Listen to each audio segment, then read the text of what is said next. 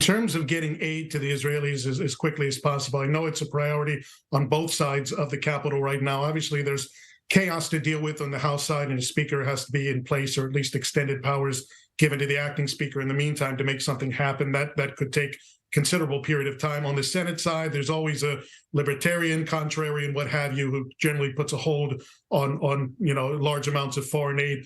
With those obstacles in place, how quickly do you see substantive aid being forwarded to Israel coming out of the U.S. Congress? Well, first, let me say that assistance and cooperation, defense cooperation and work with Israel is very different than Ukraine for a number of reasons. First of all, we don't start off at a baseline of zero. In 2021, I passed a law as part of the Defense Authorization Act that basically authorizes already, codified in our law already, at least $3.3 billion a year of defense cooperation with Israel. So that's already in law. That's already there. It's already ongoing. And in many cases, the munitions that Israel will need for resupply, they're already in the pipeline. They're already ordered. What we can do is help get the contractors to expedite delivery of some of these. We also have pre-positioned material inside of Israel. It's been publicly reported, and it's there for purposes of not just if Israel needs it, but if we ever got into a regional conflict and quickly had to be resupplied, it exists. So there's already a baseline we're operating out of. As this continues, and look, I believe Hamas needs to be wiped out, but it's not going to be easy. Urban warfare, going in on land, in a nation that, frankly, is going to rely on reservists, many of whom just got off a flight 48 hours ago, flying in from Miami, where I live, planes were full of reservists reporting for duty. Urban warfare is difficult with groups that have tunnel systems and are willing to conduct long-term insurgency type campaigns. And so as that develops, the material needs that Israel may need to resupply on might be different than what's anticipated.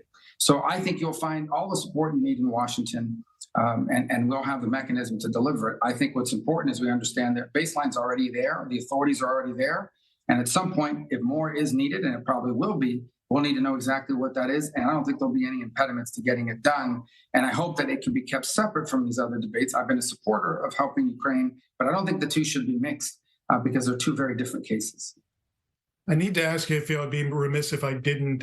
Former President Donald Trump, his pro-Israel bona fides in terms of policy, unquestionable, but some disturbing comments coming out of him in a speech in recent hours in which he criticized Prime Minister Netanyahu, called Defense Minister Yoav Gallant a jerk, called Hezbollah smart, really comments that kind of seemed a bit off the wall, looking at it from an Israeli perspective. Do you have any thoughts on those comments from former President Trump? Well, look, I didn't hear the comments. I don't know the context that they were said, so I'm just going to respond the way you described it. I don't think any of that it's surprising, and I'd like to hear an explanation behind it, because I don't think in a moment like this it's certainly helpful. It's also not consistent with the positions that the Trump administration took. I mean, I remain convinced, and I don't want to delve too much into our domestic politics on this, but I remain convinced that if Donald Trump were president today, some of these attacks, some of these conflicts we're seeing around the world would not have happened, because some of these entities would have thought twice before moving forward in that regard. That said, I'm surprised to hear that reported. I certainly don't think there's any, on the contrary, that Donald Trump is a sympathizer or a supporter of Hezbollah, and I think has long been very supportive of Israel, irrespective of who its leader in its democratic process was. So, but I don't think comments like that are helpful. In fact, that's the vein in which they were made. And I don't know how they'll be interpreted in the Middle East, but certainly not my view. In terms of the Congress itself, it seems to be one of the very few issues we've seen in the last several years now that have unified the body in such a way. I mean, even Ukraine, there is a division now in terms of how far aid should go carrying forward. How long do you think this can last? I mean, this military operation is not going to be a short one. It's not a matter of days, and probably not a matter of weeks either. Do you see something similar coming down the road if this is an extended operation, or do you see Congress holding firm here in its support of Israel in the long term? Well, despite some disturbing images of people in the street supporting Hamas in the aftermath of all this, and some ridiculous stuff coming out of academia where we have a lot of morally confused leaders of higher education, and that's a separate problem for Americans to confront. I think by and large, most Americans and most members of Congress overwhelmingly are going to be against anybody who decides they're going to go in and massacre elderly women, teenage girls, and little babies. And so I'm glad to see that level of moral clarity still exists in our politics. The challenge is going to be the following, And that is, this is not one of these 72-hour campaigns or 2-week deals. This is going to be messy. It's a protracted situation. These guys are deeply entrenched inside of Gaza, and it's not going to be easy to degrade them to an acceptable level.